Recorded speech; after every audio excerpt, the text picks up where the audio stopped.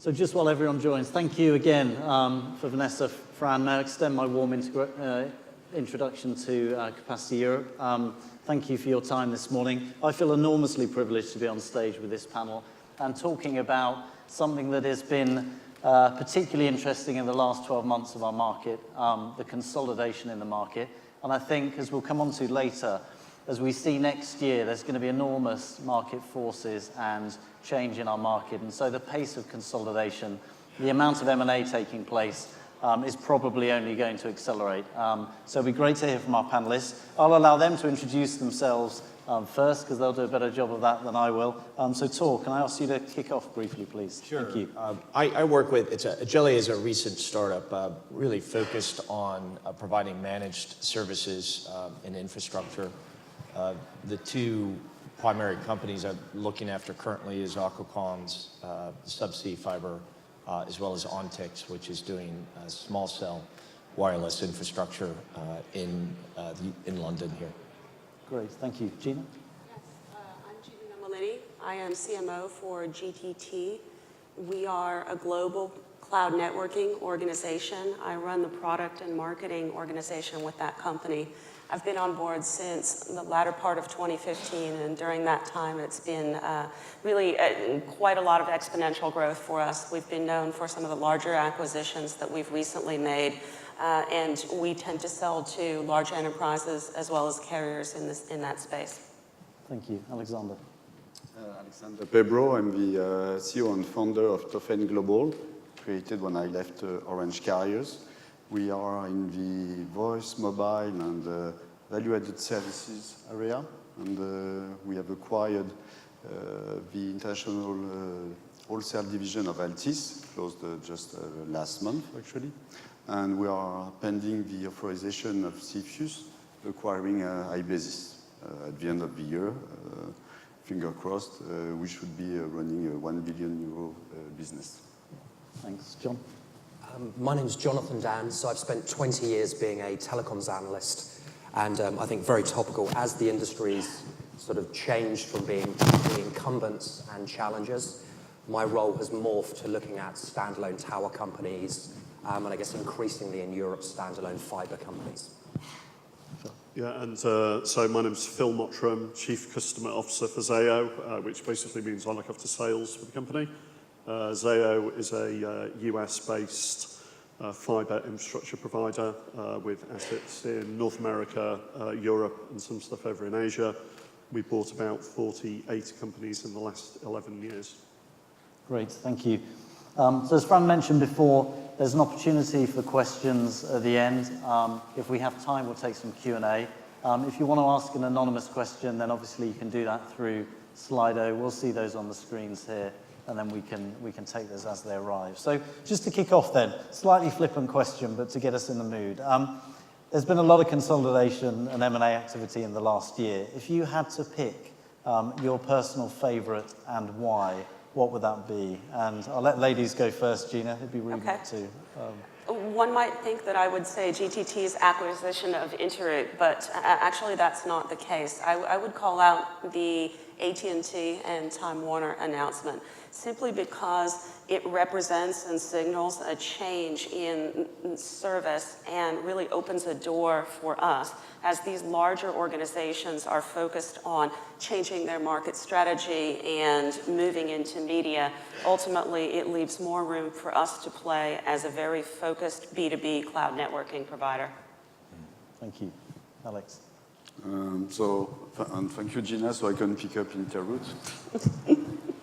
Because I think for our industry, your acquisition of Interoute was really phenomenal, first of all. Two, it sent the signal that consolidation was on its way also in Europe. And three, it shows that the ability to find funds both on the stock market and on the debt market. And so thank you for that. I think I'd choose a sort of couple, but they're all identical themes. It would be Antin's acquisition of City Fibre, but similarly what Altis is doing with their fibre networks in France, and then in Italy, the creation of Open Fibre. I think in the last 12 months, you've basically had the concept that you can have an independent, neutral fiber company competing with the legacy telcos to supply high-speed fiber. And from my own perspective, I actually wrote a report on this in 2006 called Wholesale Salvation.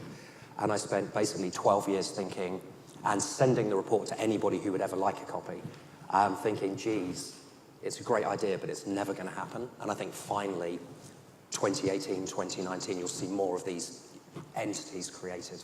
Brilliant. Alexandre clearly read that report, which is good. So, yeah, excellent. Phil. Yeah, I'd reference two, I guess. One is our own. We bought a company called Spread Networks about 6 months ago. Spread Networks, if anyone's ever read the book Flash Boys, they built the fastest low latency route between New York and Chicago. So we bought that company about 6 months ago, and since then we've been able to use their expertise to design additional low latency routes into the ZAYO network, so quite happy with that.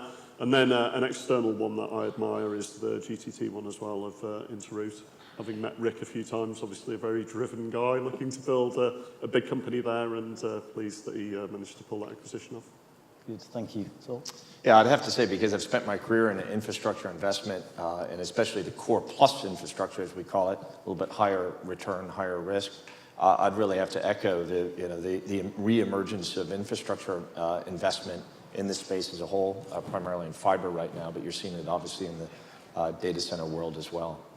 Yeah, good, thank you. You've touched on some of these things, but there's enormous drivers for growth right now. What are some of the key drivers that you're seeing in the market? You know, if you had to pick one, you know, what's the major thing that's driving this activity right now, Thor? Well, I mean, just go back to the basics of just raw IP growth. You know, the customer demands, as we'd see it with our companies and providing infrastructure as a service and really unpacking that value chain, ultimately customers in the OTTs driving that fundamental demand for IP growth. Yeah, I would echo the same. It's the exponential pace of demand for internet traffic that ultimately is driving a lot of these new cable builds, a lot of financial restructures, a lot of what the OTTs are doing too. But we also equally see that with our enterprise clients. We see bandwidth growing at 30% plus per year, and on the wholesale, probably 40%. Alexandre? For me, no, it's really indeed first the expectation of the customers who really want more and more global players on that forces us to be indeed bigger and to be able to consolidate not only on each continent but also worldwide. I think what's really also driving this consolidation is the fact that actually telcos want solution outside their perimeter, so they want to carve out their connectivity, especially the international connectivity. And we see that not only in connectivity actually, but in towers as well. Basically, that's the second driver is demand from the telcos themselves. Yeah, thank you. I think it's, I mean, I think you can't avoid the balance sheets of the large telcos, but I think it's basically the death of diversification. They've all diversified over the years, their market shares are low, and so I think they just look through their product sets, and the combination of the balance sheets don't allow them to invest domestically in fiber. Their balance sheets are forcing them to realize that there are just a series of verticals that they're just not well suited anymore to managing, so they sell off their international carrier business to a company better able to run it. And I think you'll see the same through the infrastructure. So I think it'll be diversification, i.e. refocusing on core. I think every company's going to, when you start looking at 5G, you're going to suddenly have to stop counting cities and data centers you connect and start counting the depth in every market. Yeah, that's a good point. Yeah, I think in terms of what we see driving growth, I think it's mainly continued cloud adoption, and we see the growth there in two aspects really. The first one is obviously the web scale companies building out more data centers to cope with the demand, and when they build out data centers, they obviously need the infrastructure to connect into the data centers. And then once they've got the data centers up and running, obviously you have more and more enterprise customers moving more of their compute into the cloud, and so they then need incremental connectivity into the same data centers. So I think it's cloud driving the growth that we're seeing. Yeah, totally agree. And John, you mentioned before about the Telecoms Infrastructure platform. You know, Thor, I know you're engaged in investing in a lot of this infrastructure as well. How do you see that playing out? Because I think a lot of us have, if we'd had a spare few billion about 5 years ago, and read your paper, would have put some serious money in that direction. It's taken TOFANE, the creation of Telxius, Telecom Italia is looking at it, BT's under enormous pressure, to increasingly separate Openreach, and that's probably only heading in one direction. This whole wholesale infrastructure play is definitely coming to the fore now. How do you see that, developing over the next few years?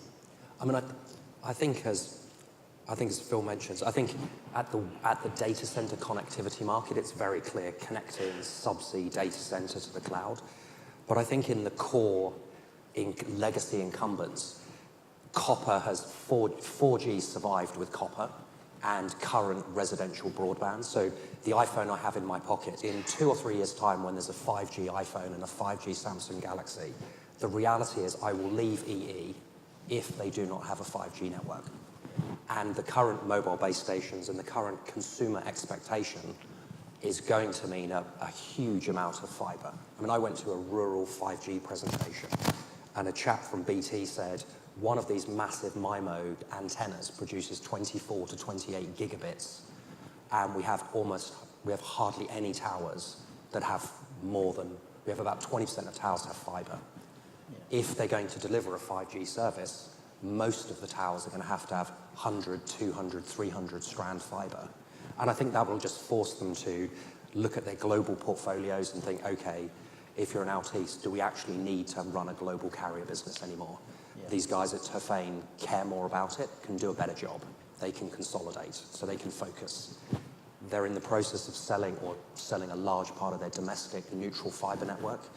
And I suspect that will spur more investment, bring in external investment. So I think it's really this sort of idea of somebody else can focus on this product while they focus on their core business. Yeah.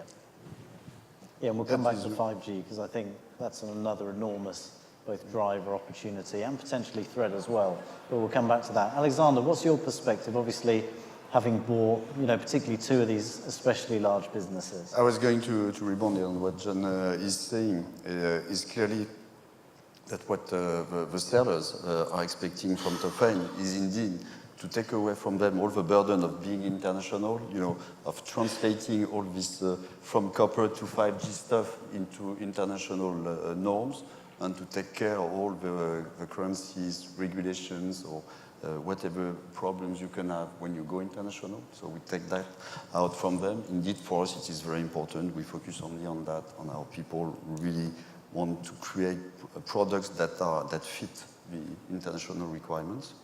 But two, as well, we take away some volatility. You have to remember that international business right now is declining in all sectors. So we'll take that volatility out of our balance sheet. And three, we take out also the low margin business that it represents, both in voice or in SMS. The margin rate is very different from the domestic rate. Yeah. And Gina, what's your perspective? Because obviously you guys have gone from being asset light to now asset quite heavy in a good way. How does that change your business? I see it perhaps a little bit differently because while GTT has now taken on a substantial fiber asset in Europe, when you look at the amount of sales and the mix of our product portfolio, still you will see wide area networking leading the way, whether that is traditional MPLS VPNs or SD-WAN. Ultimately, that's the forward driver of our business, whether that's direct enterprise sales or sales to carriers and resellers through indirect. So yes, it's a piece of the portfolio, but not a large enough piece to drive a complete restructure. Ultimately, we came in and we added fiber assets where it made economic and financial sense for our business to improve our cost base. So we started first with Hibernia and the transatlantic, and then now we've added on the capability within Europe. But we're in a little bit of a different market position. Yeah, absolutely. And Phil, I guess you've got a slightly different perspective as well from a ZAYO point of view. Yeah, we're infrastructure heavy, obviously, and that's where we want to focus. And then just back to your question around, what do I see happening with the incumbent providers? Will they end up splitting their businesses to be more infrastructure and then services in separate businesses? I would have thought there'd be increasing pressure for that to happen, and I think it's all going to be driven around 5G. I think 5G is then going to become a bit of a political football for a lot of European incumbents. And, you know, if the country doesn't feel like it's making progress around 5G, politicians will get involved and undoubtedly end up giving a bit of a kick to the incumbent telcos, and I think that will probably put them under more pressure potentially to spin off their infrastructure-related assets. Yeah, absolutely. And the money relating to the spectrum auctions, I guess. Yeah. Certainly the UK government remembers fondly 4G and the 20 billion they got for that. Yeah, exactly. And Thor, give us a kind of financial perspective right now, because there's an enormous amount of liquidity in the market. You know, we'll come back to some of the challenges in the future, but there's a lot of money knocking around right now. I mean, there's two very large infrastructure funds who narrowly missed out on Interroute. And then if you believe what you read, there's 3 billion of cash they've got, potentially to invest in infrastructure right now. What's your view from a kind of financial perspective? Yeah, look, there is a wall of infrastructure capital. I mean, I'm talking to institutional investors last week. You see it. There's an increased look at the digital infrastructure world, realizing that this space, because of the balance sheet difficulties of the incumbents, but the drive for new infrastructure investment, so unit costs going down, but still a demand for investment. You see the space of infrastructure as a service, that model really emerging, and that institutional investor universe is paying attention to that. So you're seeing that trickle into the fund universe. The Core Plus guys, we mentioned Antin before. Obviously, there was a digital infrastructure fund set up. It was really by government mandate here with Prue and Amber. But I think you'll see, a broadening of that across both in terms of the depth of the types of investors in infrastructure, the Core Plus guys, but also within the interest from the end demand, which is the institutional investors, the pension guys looking to get into the space. Okay, so the pension funds, I mean, we've seen the Canadians, Australians particularly investing massively in infrastructure. Yes. Do you see that kind of going global, as it were, with a lot more pension fund money? Or is that pretty much focused on railways, nuclear power, bridges right now? I think because of the competition for those assets, you are seeing it broaden out into digital infrastructure. You see it with the topics. You can do your own scientific analysis of this by just looking at the topics that get talked about at infrastructure investment forums. And almost routinely now, you'll see digital infrastructure as one of the key topics in key sectors. So I think people are still trying to figure out how to unlock that. It's difficult. I think the realities of the space is still trying to get unlocked. But part of that is just that whole theme of unpacking the value chain and providing infrastructure as a service. And that model is still getting defined as we see it across the space. But you've certainly seen it on the tower side, and you'll see it elsewhere as well. And are you seeing it in data centers as well? Well, certainly. That's almost a separate space, because the real estate capital that is more familiar with the data center world, and that's certainly there. And it's I would argue is already seen as a lower risk infrastructure or real estate type investment opportunity. Because one of the things we're seeing a little bit is, the telcos have historically split off their DC space. Obviously, the major DC providers have been doing extremely well. Valuations have been going through the roof. But now things are getting a little bit tighter with the competition. I wonder if we'll see some of that coming back together. And I'd be interested in your views from a kind of global infrastructure platform. Is it the sort of thing that GTT would start to invest in? Alexandre, would you be interested in expanding the platform to include the kind of the DC and the real estate space as well? So I don't see us going directly into that space. We do have some data center capability that came to us along with the infrastructure acquisition. However, I still feel like the pure play data center providers are absolutely specialists within their space. It's a very different financial model to operate that type of a business, and clients value the carrier neutrality, the interconnectivity, and the ability to work directly with the cloud providers that are within those spaces. So for GTT to go out and start to acquire pure play data centers, it really doesn't fit our financial model and what we are trying to do. We would much rather be the connectivity to the cloud and make that seamless for our clients. Yeah, that's helpful. Yeah, and we would do the same. We would really focus on more finding sellers international business rather than to go to the data center business. Okay. John, what are you seeing? I mean, I think if you were a legacy incumbent, I think they come from a mindset where they own the service. So they were always 20 years ago, originally even a Colt was trying to sell the managed service with the data center. And I think that opened up the carrier neutral data center, which then opened up the market for fiber to these carrier neutral. So I guess unless you're very much at the edge where you're looking at thousands of edge data centers, so it's a managed, distributed service, I think that's probably the playing ground of current telcos. But of course, that's 10 years away. I think I can't imagine I imagine the telco pitch would be, to someone like Three, you need 20 regional data centers. Excellent. We'll provide you a managed bandwidth to all 20 or all 100. And I think it's probably not what Three wants. So I think the lesson from the evolution of towers and data centers is the customers want diversity and neutral, and the big carriers don't want to provide that. I'm sure BT could have bought, a building and put a generator in the basement and made sure no one broke in. But I think they just never wanted to provide that service, so hence they lost out. Yeah, interesting. Phil, what's their perspective? Yeah, I mean, within our portfolio, we've got 53 data centers. I think what's interesting is a couple of years ago, it was only financial services customers, in my experience, that were interested in latency of applications. I think that's changed in the last couple of years. I think web scale companies are very interested in it now, as are software companies. And the reason they're interested is because they want to provide a better level of service for their customers. And obviously the way to do that is somewhat around, getting faster network routes, but also pushing your application or putting your application closest to the customer. And there, I think there's opportunities for the combined network and data center model to work effectively. So, as I say, we're at 53 data centers now, and we continue to expand in that area because we do think that the two elements are closely entwined. Yeah, interesting. Thank you. If we go back to 5G then, because I'm particularly interested in that right now. We're doing quite a lot of work around 5G. There's enormous hype. John, you mentioned it. Whilst we may not see the DC world coming back together with the kind of traditional fixed world, do you think we'll start to see the tower world, especially in a 5G and small cell environment, come back together with the fiber landscape?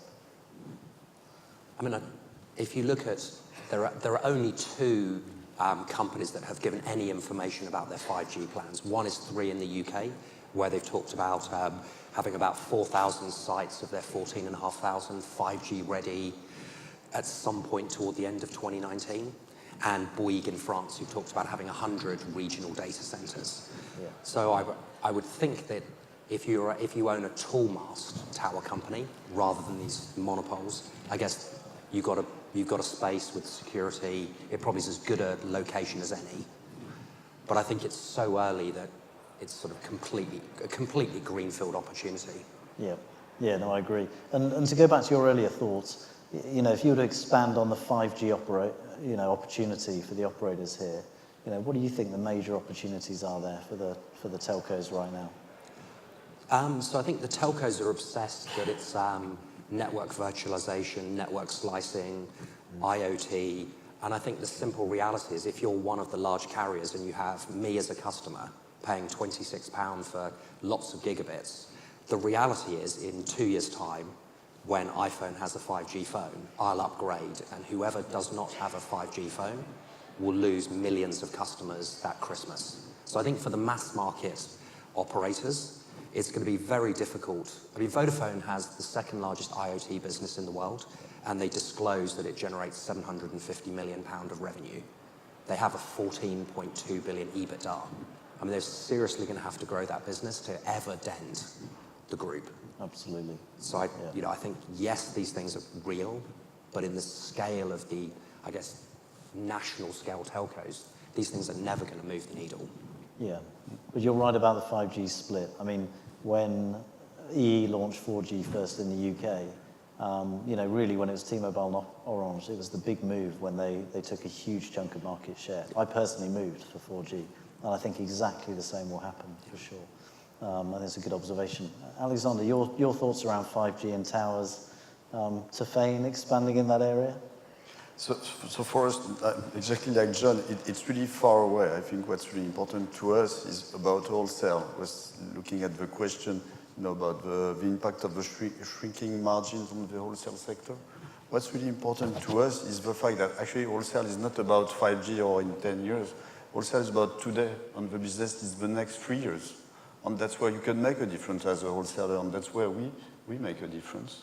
And to elaborate on it, all the opportunities we are seeing are opportunities of today that we can execute today. And when we do an acquisition, when you go to a seller, actually the seller has a problem today. And I think that's where the wholesale market is reinventing itself and generating new margin, is that now we have new problems to solve that we can solve today. Yeah. And that's why we're wholesalers, because we take wholesale problems and we bring wholesale solutions. Is that a scale challenge for you? Because obviously you've been focused on Europe so far, but you have much bigger ambitions. Yes, but wholesale is about scale, and telecom is about scale. And when John mentions the IoT business being so small to Vodafone, it is a question of scale. IoT is a great business to develop, so it's just too small for Vodafone. But so we can take care of that. And with iBasis actually on IoT, we're already providing connectivity to OD and other car makers. And clearly for us, IoT means a lot.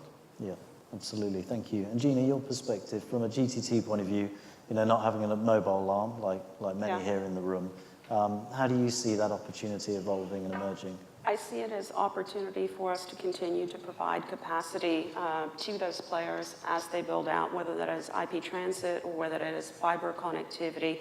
But we come at it from a slightly different perspective in that we are an enabler to the other wholesale carriers that are going into that space rather than being a mobile operator ourselves. And to the point about margins that was previously made on M&A strategy, when we're looking at these assets to buy, typically we're looking at them holistically. Almost everyone has a significant enterprise presence. It needs to fit in our standard model to be financially accretive, expand our backbone, add to our product capabilities, our client base, and our management talent. But for us, we really look at a very short and compressed integration time frame for them. So we typically work on a 2 to 4 quarter type of a model. Interit being the latest is definitely fit within that time frame with a lot of blood, sweat, and tears, but we're there. Yeah. And so as we look at it, we take quite a different view, I think, than some do in the market. Yeah. Okay. So similar to Alex, focus on what you can deliver and the value you can add now. Precisely. 3 years out. Not Precisely. It needs to be immediately available and prove itself out. Yeah, makes sense. Thank you. And Thor, again on 5G. I mean, you're investing heavily in it right now. What's your perspective in terms of the opportunity? Yeah, well, we believe it will come. The end applications are going to drive it, and the demand for higher bandwidth, lower latency wireless services. Ultimately, to me, it's a question of how fast the carriers, at least here in the UK, roll out their plan, but also how much infrastructure are they going to share? And I think that's still an open question. There's been a constant evolution of that. Whether they share infrastructure or build it themselves.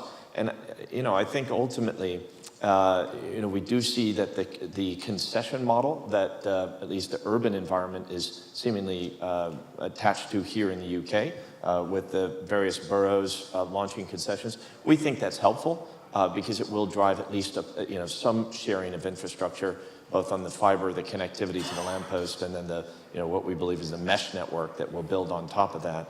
I think the carriers ultimately will be heavily focused on 5G because also I think it opens up a much deeper pool of products for their customers, but also the customer base. If you think about 5G potentially offering home broadband as well. Yeah, and we see that.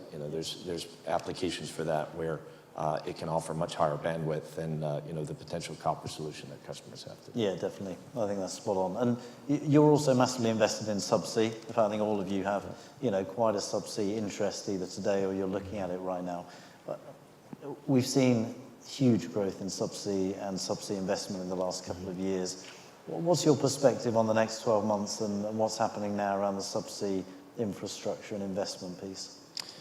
I mean, more of the same to a degree. Just the content guys continuing to really dominate that space in terms of their core demand and their movement into ownership of the fiber. So how that plays out is very interesting to us. We continue to see that it will drive some consolidation of the non-OTT addressable demand, and that so infrastructure layer of service is important. That carrier neutral carrier model. We believe in that. So to some degree, I think it's a bit more of the same for the next 12 months.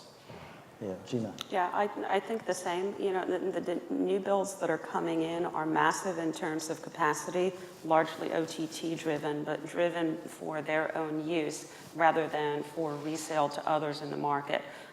They make no statements about wanting to be operators and wanting to compete. Rather, this is being driven by the growth that they see. And it's quite a different space, too, because they're building for capacity and cost per unit rather than for the lowest latency. So if we look at where we're at with GTT Express, from a transatlantic perspective, it doesn't really overlap or cross into that space. Rather, it plays very much in the financial services space. So it's an independent and a separate type of a model. Yeah, and to Phil's point, latency is crucial in the cap market business that you're operating. Yeah, and that's definitely the case. Hibernia and then our acquisition of Perseus opened the door for us into the low latency market, and it really truly is a very specialized space. So. Yeah, absolutely. Alexandre. Yeah, really very specialized. And as you mentioned, it's the fact that the OTTs are coming in, it completely changed the market. Because for the telcos, it's a question of cost and latency. For the OTTs, now it's a question of strategy and just controlling that strategic axis. And we see that as well now with the Chinese carriers that are investing both in subseas and in terrestrial cables at the same time. Yeah. And where, again, they're changing the rule of the game. Yeah, for them, absolutely. money is not the issue. Thank you. I mean, I had the pleasure of working on the Telsius IPO 2 or 3 years ago that then sort of launched in the middle of school holidays and then stopped 6 months, 6 or 7 weeks later when no one in the public markets can really understand the subsea business model. Everything from the accounting through to the demand. I mean, personally, I think it's very holistically, 20 years ago, the users of the cable had created club cables and they paid in proportion to their usage. And it seems to me that now with the hyperscale, they're creating club cables where they're paying in proportion to their usage. So you've gone through this sort of whole life cycle, and we're back to the greatest users pay in proportion to the cost of the cable, because that's so. But I think it seems a very difficult market, unless you're very specialised, maybe certain routes or maybe low latency. Yeah. Okay. Phil. And we're the same. ZAYO doesn't invest in subsea cable systems. There's some very big players with some very deep pockets who do. We're not one of them. We focus on, linking them back into terrestrial networks. That's our focus. Yeah, understood. Thank you. So, that highlights one of the challenges, which is you do need deep pockets, and particularly, for large-scale investment, and there are a lot of funds right now with deep pockets and a lot of money to invest. But there's also some massive challenges. So we've seen a few stock market wobbles in the last couple of weeks, brief flurry yesterday in China, more to do with the tax issue, I think. But with interest rates rising, a little bit of geopolitical risk. I think that's an understatement, creeping in globally right now. What do you see as some of the big challenges over the next 12 months? Thor, what are you seeing? Yeah, I look at this space. It is, I think the emergence of the infrastructure investment and the focus of the infrastructure, philosophy, if you will, into the space is reflective of the insulation in some ways that this space has to the broader market to a degree. And I think what I mean by that is that even if there are wobbles, even if there is a market downturn, the raw demand for IP traffic, I think overall will still, be sustainable, particularly given the growth we're looking at, and that demand for infrastructure into to deliver, services for that IP traffic. So. Good. So you're optimistic. I'm optimistic with respect to this space. I mean, I'd say the broader market. I think there are some challenges that will come, but it's in some ways you could say that's a truism because the market's at an all-time high. At some point, all things, gravity takes its effect, but when that happens, it's hard to see, and there are still some, some strong points within the economy that you would argue will be sustainable. Yeah, and just to nudge you a little bit more on that then. So, with what we discussed previously, there is a decent chunk of cash around. You think that'll see us through in terms of decent amounts of growth and investment over the next 12 to 24 months? Yes, absolutely. We still see that, whether it's the driver of demand for fiber, and certainly on the subsea side we see it, but also on the wireless infrastructure side, because we do see 5G coming. Will a market downturn delay that? Possibly, because it might impact how carriers view how aggressive they'll be relative to each other as they deploy their plans within that space. But overall, even that, I'd say 5G is almost unstoppable. It is a customers in the end will drive that, and one carrier will break and start to quickly move into that space, then driving a capitulation of really a necessity for all the carriers to move into 5G, as we talked about. So. Good, that's helpful. We'll still be here next year then. That's a relief. Gina. I agree. We continue to see strong demand for investment. We're almost seeing a new class of investors that are more highly educated in this specific space, that have spent a lot of time and effort modeling it out and really do want to participate. They believe in the growth of the demand of IP traffic, and they really feel like there's a longer-term game. If you look at where GTT is at as well, from an investment perspective, we have no shortage of opportunities for acquisitions, whether they are larger, more strategic acquisitions, or also some of the smaller ones that we've done that have been niche, that have been regional, giving us better capability, adding to our client base, coming into a very specific geography, like a couple of the smaller ones. So certainly we have a healthy acquisition funnel. We expect to continue on that demand. Yeah, thank you.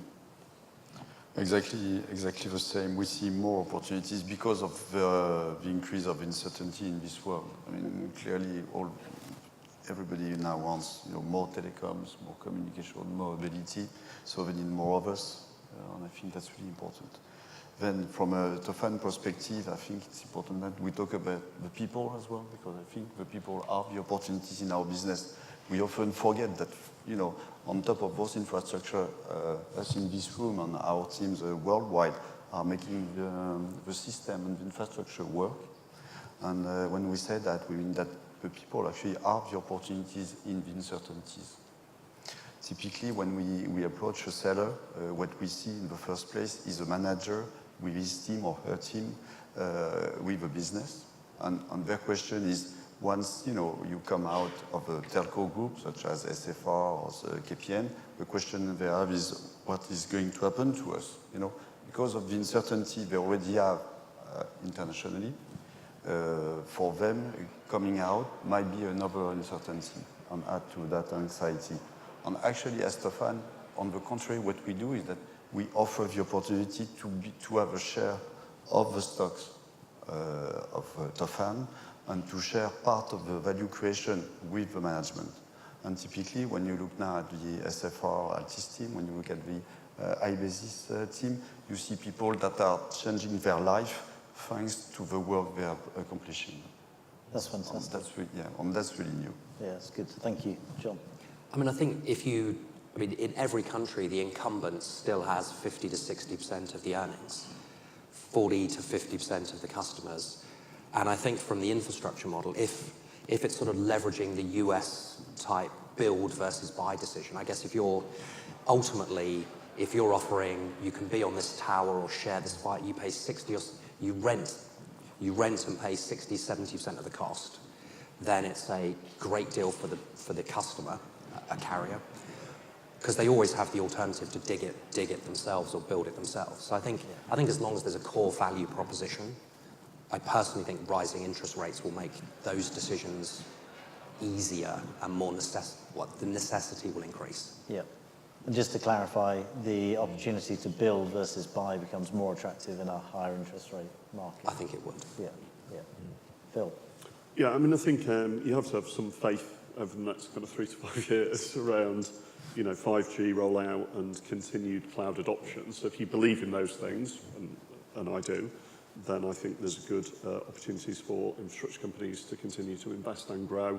And then with regard to the kind of cycles of share prices going up and down and what have you, I mean, I think it's quite a hot market right now anyway, isn't it, in terms of if you want to buy any companies, particularly around Europe, they're very expensive versus where they were, 3-4 years ago. So, if there was some form of correction, that might not be a bad thing and might lead to more consolidation again. But as I think you have some faith around the overall demand drivers for the next 3 to 5 years for our industry. And off the back of that, should be a reasonable time for us. Yeah, no, agreed. I think there's huge optimism, or there should be, in terms of the opportunity. But to stay on that point and kind of marry it with John, your point around, interest rates are rising. Build versus buy, Phil, you mentioned the multiples. It's a pretty frothy market. There are some big multiples. Interroute was a pretty decent multiple. And so, in that scenario, build does become increasingly attractive. You've announced today, in fact last week as well, some pretty significant build activity. Has that been in your kind of thought process? Buy's coming expensive, we can now look at building. Yeah, absolutely, yeah. Good. I mean, we've seen Colt do something similar, real focus on building out rather than buying. So John, do you think that's going to expand, or are others going to move in that direction? I mean, we did a report mid-September, just looking at what had been happening in the, towers is very well known, but just looking at the sort of European fibre market. And you do have carriers in places like Italy that are rapidly consolidating. Iridios has made, I think, 5.5 acquisitions to effectively consolidate Italy and create what looks like a coherent Italian unit that one day would look perfect to slot into a ZAYO. So I think, Gina, you mentioned this. I would guess that if there was a perfect UK fibre asset, so if something like an SSE Telecom came up and it gave depth to ZAYO UK or depth to I think that would be probably a buy versus build, because I would imagine there's a scarcity. But I guess if it's a route diagonally across London, it's probably now cheaper to dig yourself. Yeah, I think that's a fair point. And some of the multiples are definitely around a lack of opportunity being around, without doubt. An asset like Interroute, is pretty unique, and so you've got to pay for it if you want it, for sure. Alex, your thoughts? Yeah, for us it would be definitely more a buy, and to precise what I was saying about the people, it's a buy because every people has now with us the opportunity to become an entrepreneur and to become the owner of its own business. And so one can see what he or she can do for his customers. And so when we say it's a buy, it's because you buy out your business and you joined a group that is completely focused on your international business, and we are developing the products that are needed. So it is a buy because it is a buy to invest in the products we really believe in the products we see that you can sell much more than they are sold today. And that's really the important point, is that because it's a buyout, you focus on developing what you know best. And that's why it's such a strong project. Yeah. So for now, you'll continue to buy rather than build. Definitely. Okay, that's helpful. Yeah. Gina? Yeah, we're very much the same. Certainly, especially in these niche vertical markets. We talked about financial services market, certain capabilities that exist within healthcare, certain deep relationships that we have.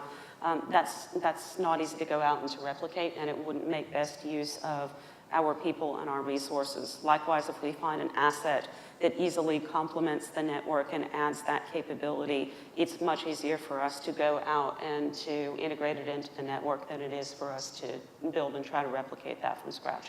Yeah, I guess particularly in vertical markets, from your perspective as well, where you want depth in a particular vertical. Absolutely, and relationships and client base. Those are not easy to go out and replicate and build from scratch, just because of the history and the credibility and the relationships that are there.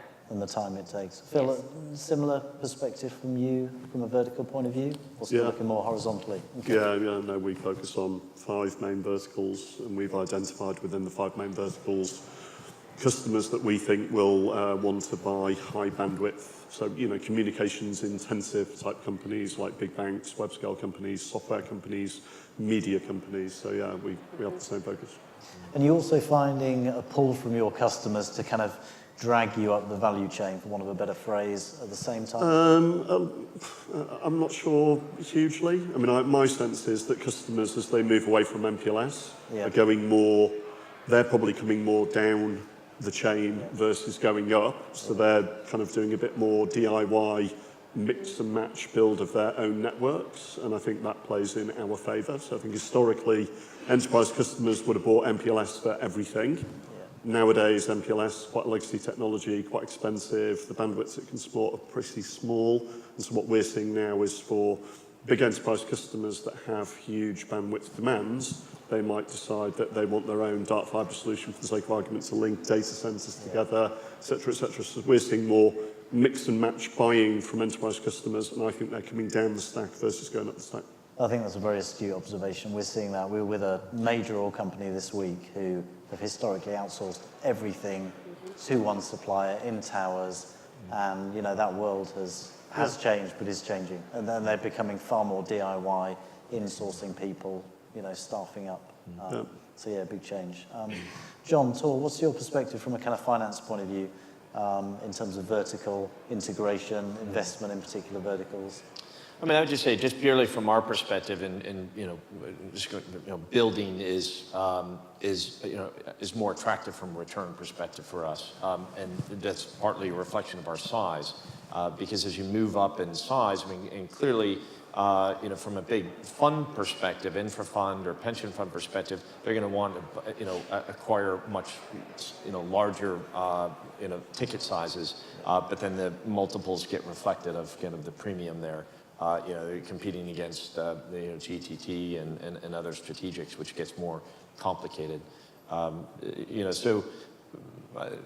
from an overall consolidation perspective, just on the horizontal side, I mean, we continue to believe that infrastructure as a service model, that will continue to allow sort of further growth building in what we do. Yeah, it's helpful. So consistent message. So if I could ask you, we'll have a little bit of time for questions, before we put it out for questions and look at Slido.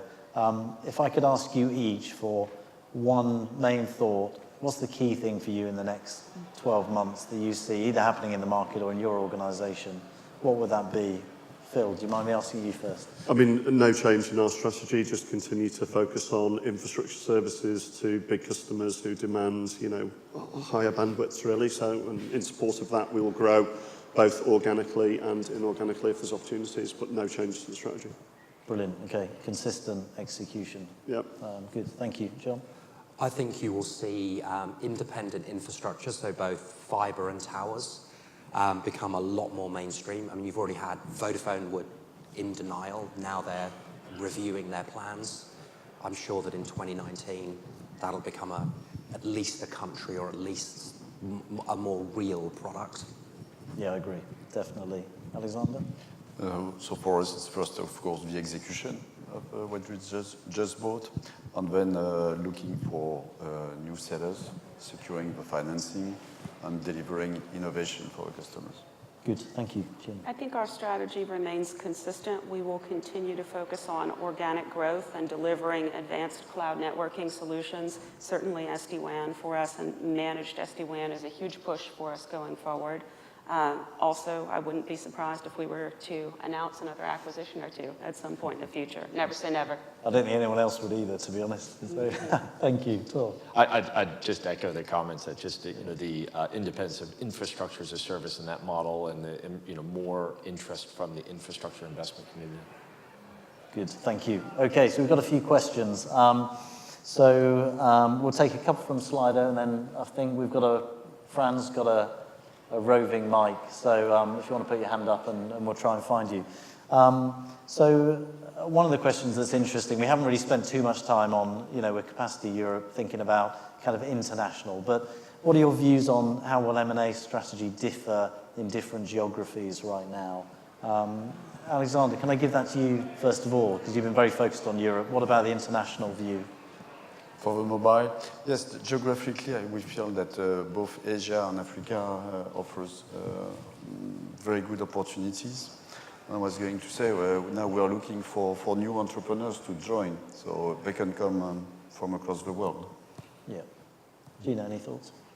I think we will still continue to look for opportunities that are adjacent to the network, that complement the network, that come in and add capabilities to the product set, but are not very far afield. So if you were to look at something that was quite far from the network, perhaps Africa, that wasn't logically connected, that would be much more challenging to fit into our standard tried and proven acquisition model. So we still tend to look at opportunities that are close to and attached to and complement the current capabilities. Yeah, so less emerging market in that sense. Correct. Or developed economies, okay.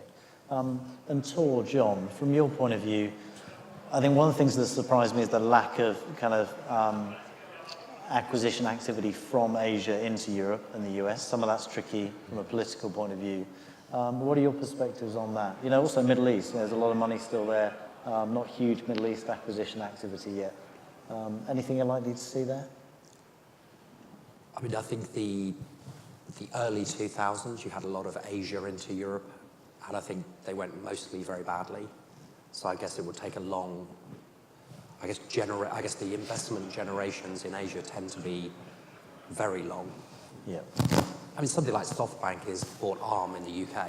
It's true. So I suspect it's of a slightly different, genuinely global products with a stronger tech manufacturing background. So maybe it makes more sense to buy an Arm, knowing that you can make the widgets and components at the lowest cost globally, and to add value from that direction rather than boots on the ground. So less of an infrastructure investment, more in an IP kind of tech investment. Okay, interesting.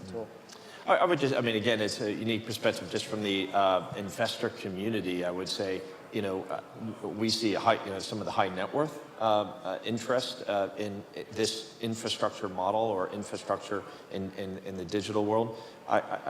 Less so from the institutional side. Obviously, SoftBank has been there, but I think that will evolve as the infrastructure interest in this community matures, and you start to see the likes of the Canadians move in. They tend to lead that sort of core institutional world. I think then you'll start to see a bit more kind of active interest from the big Asian investors, and certainly they're doing that through the likes of Infra Capital or Antin, who have I'm sure have big institutional investors from Asia. Yeah, good. Thank you. Should we take a couple of questions on the floor, if we can see? Any hands? No, quiet, still warming up. Okay, so I think we'll call it a day there. Phil, John, Alexandre, Gina, Thor, thank you very much indeed. That was an incredibly useful session. I learned a lot, so thank you. I hope you did too. Dann, thank you.